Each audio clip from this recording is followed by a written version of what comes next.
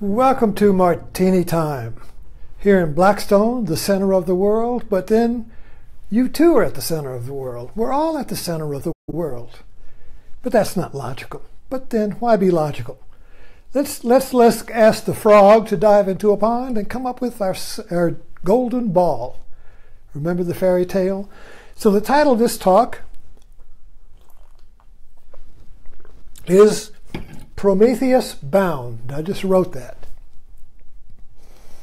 Not Prometheus Bound. That is I think that was I remember literature from college English. Prometheus Bound, Prometheus Unbound. And I can't remember who wrote it. Myth. So I want to share the myth. Prometheus was a Greek god, and he stole, and he stole the fire from the gods to give to man. He stole the power from the gods and gave it to man. And his punishment was that he was chained to a mountaintop where the vultures ate his liver during the day, and he healed during the night. And that struck me as right away, I saw the movie Life of Pi and the Carnivorous Island, which gives to you during the day and takes away at night. And in a lot of the mythology, Penelope and Odysseus, when she was keeping the suitors at bay, she wove during the day and unraveled it at night. This is a common theme. And in Ramakrishna, Sri Ramakrishna, the great Indian mystic, he had a vision of the goddess Kali. She came out of the water. She gave birth to a child, and then ate it, and then went back. Life and death. Life gives, death takes away. We just get everything fixed, and suddenly the wash machine breaks. What? You get some money. Life is great. And you get sick and the doctors take it all away. This is the story of the phenomenal world. What it gives during the day, it takes away at night. This is why Buddha called life suffering. So, what is Prometheus Bound? And I wrote this down, Prometheus Bound I Am. So I've been seeing into it. Right lately I've been reading, I got fascinated with Apocalypse Now, and then I read The Heart of Darkness by Joseph Conrad. And in both cases you had Kurtz, this fellow that goes upstream, beyond the pale of civilization, beyond civilization itself. And two reporters are sent to, one of them is sent to kill him, one of them's in the movie and bring him back. But they're both the same is, what wisdom did he discover? And he said, the hara, the hara, the hara. And I keep rediscovering this hara. And one of them is the vision of the goddess who comes out and gives birth and then takes the baby back. The hara. The hara of this life that gives and takes. And we can't cling to anything. We're hanging on by our fingernails, you see. Just hanging on by Social Security. Just hanging on to the job at the whim of the boss. At any moment we can be thrown to the vultures. At any moment we are chained to the mountain. We are all Prometheus, chained to the mountain, where the vulture eats our liver during the day and we heal at night, to wake up again to another day of hell. So stay with me here, don't run. But let's bring it down to everyday life, everyday mind. So what's been in the news but the aggressive sexual abuse? And I've been writing about this, learning from it, studying it, contemplating it, seeing it in my own life. Not that I have sexual abuse in my life, but what I came to the conclusion was that sexual abuse is stealing the power of a woman. When a woman is abused aggressively, trapped into a situation, trapped where she can't get out, the aggressor steals her power. And she's wounded. And now she can't retaliate, because if she retaliates against a powerful man, she'll be brutalized again by the public, shamed, you see. A double bite. He bites you and then the public bites you. The shaming of it, the guilt. So she can't move. She's split, divided.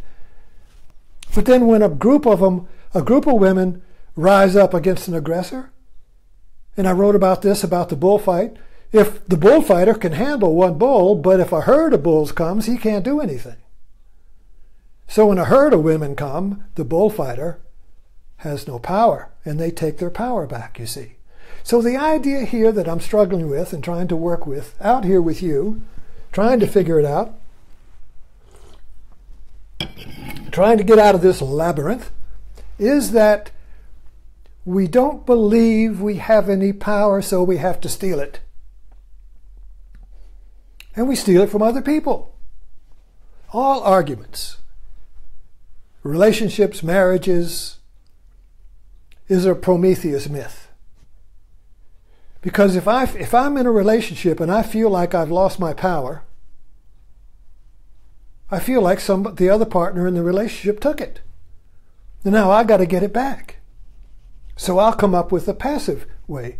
I'm just describing a passive-aggressive relationship here, which I've been in, so I understand that, is that when you're in a relationship and your other person takes your power, makes you feel a victim. That's a good thing there. Makes you feel a victim. When you feel a victim by the world, by your boss, by your partner, you feel like you've lost your power. But the relationship is a revolving door. And in a relationship, the aggressor, you have an aggressor, takes the power. Why does he take the power? Go back to Prometheus. He takes fire because he doesn't have it. I got to steal it. I got to take the power because I fundamentally don't believe I have any power. If I have power, I'm not going to steal it. See, this is why women want to find a true man, Mr. Right. They want to find a man who has his center. And if a man has his center, he doesn't need her power. He can give it. But if you don't have your center, you got to take it. Because you got to have power. You got to have your center. I either have. So there's a fundamental thing going on here. Now, you see, so if I don't believe I have my center, I'm going to form relationships in which I steal the center or the power of another. And then, of course, if they try to take it back, I feel the victim. What? You're trying to take my power. You're the aggressor.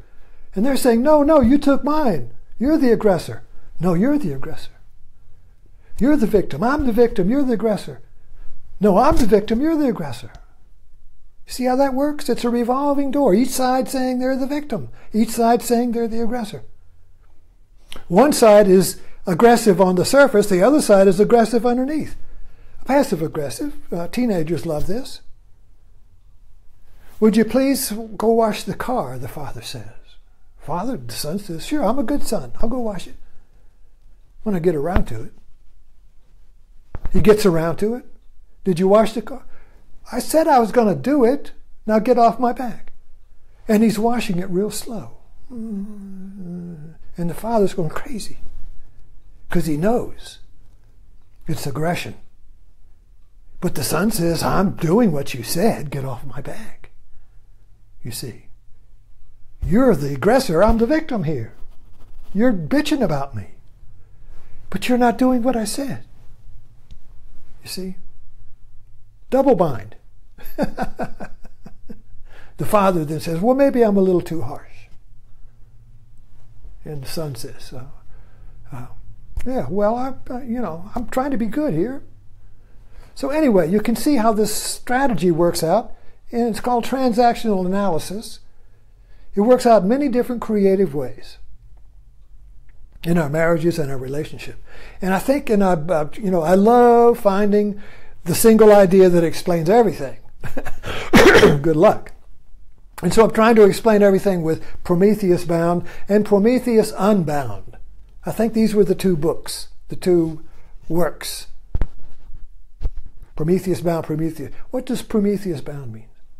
Well, Prometheus Bound means I got to steal the power. I got to take the power away from you, from other people, from my partner, you see, from my children, from my parents, you see, because I fundamentally don't believe I have any power.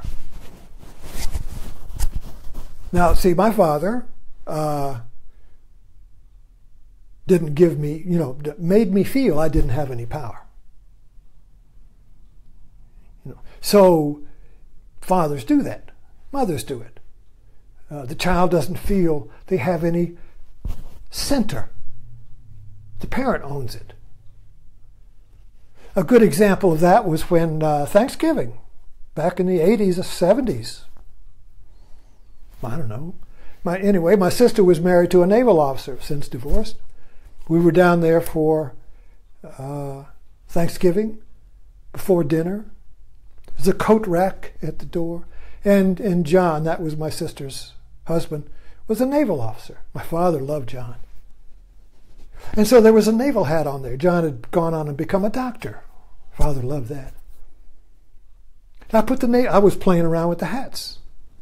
Put the naval hat on. My father, sitting over there, yells out, "Take that off. You haven't earned that." He went to Annapolis. I was an enlisted man. I dare not put on the hat of a naval officer. I've not earned the power. You see. So, my father never gave me the power. So I became kind of a passive-aggressive type of person, getting the power back, under the covers type of thing. Now, when I met my uncle, my Martini priest,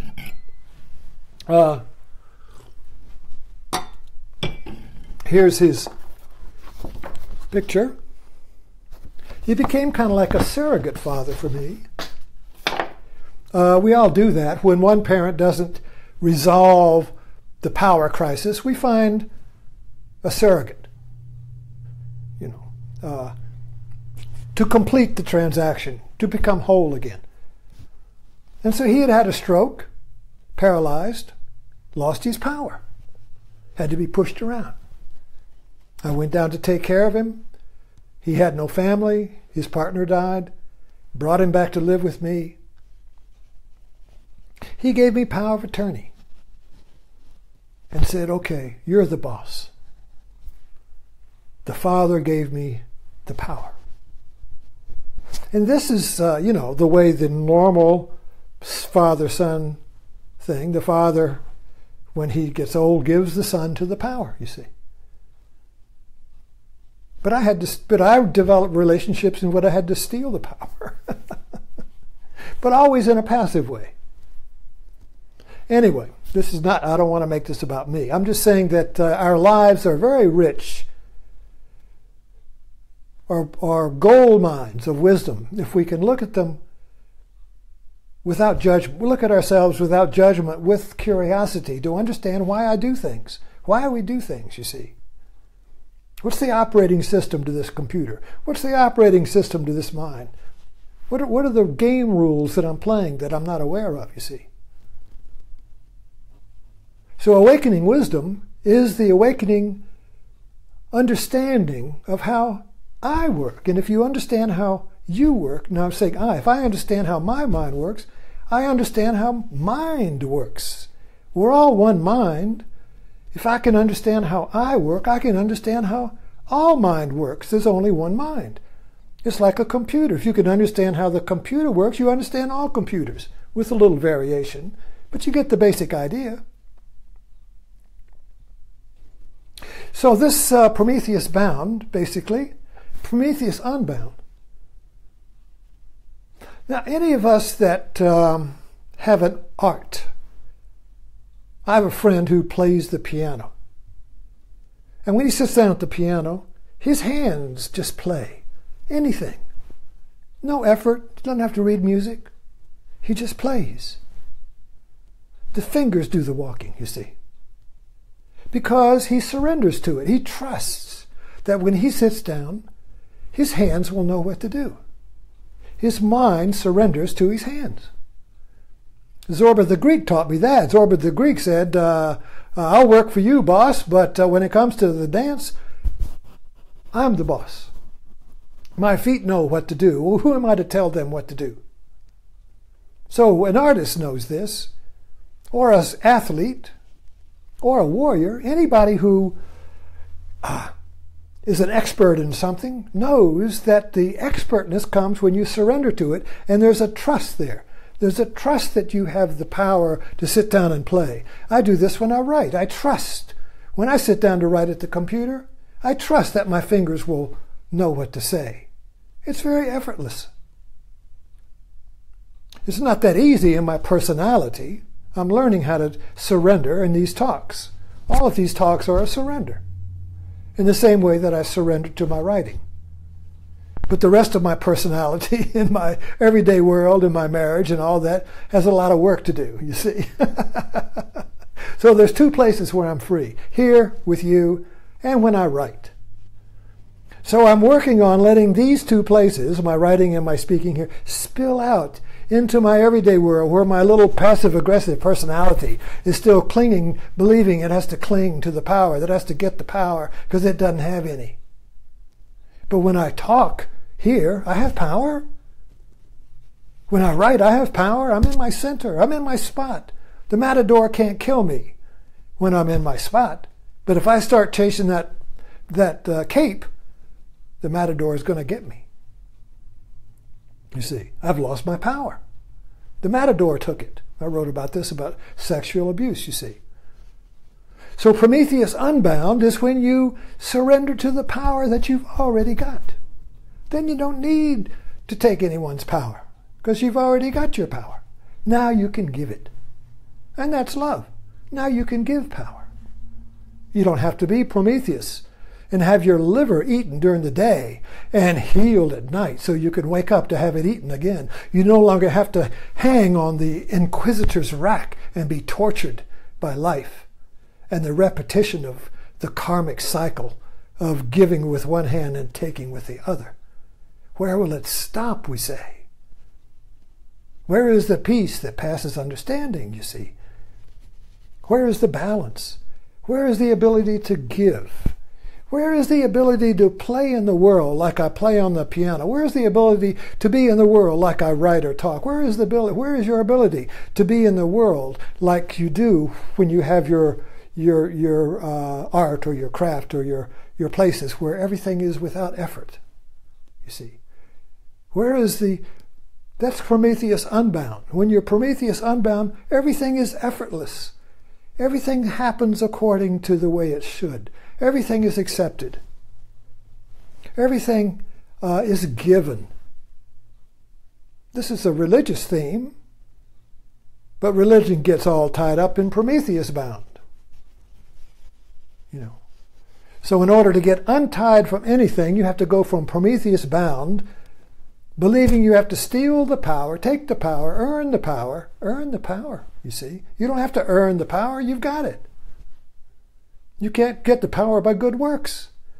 You can't get the power, you can't get the fire from the Father. You can't get the fire from heavens by earning it, by disciplines, by doing yoga and meditation and going to church and being good. You see, you can't get it by being good because you've already got it. So any effort to get it makes what you've already got go in a circle. If I've already got the power, if I already got love to give, I don't have to seek it. I don't have to search for it. I don't have to take it. You see? But I can't stop doing that unless I see that I'm doing it. Seeing is power. When I see what I'm doing, I stop doing it. I got the power. See that? Seeing is power. Our culture doesn't compute that. We say seeing is power is doing. You got to do something to exercise your power. You got to make stuff. You got to do something. Don't just sit there meditating. There's no power in that. But I do this so I can see. I do this so I can see my mind. If I can see what my mind is doing, the power shifts from effort to the heart, which already has the power. Prometheus Unbound. So don't get all tied up with this. Thanks for dropping in.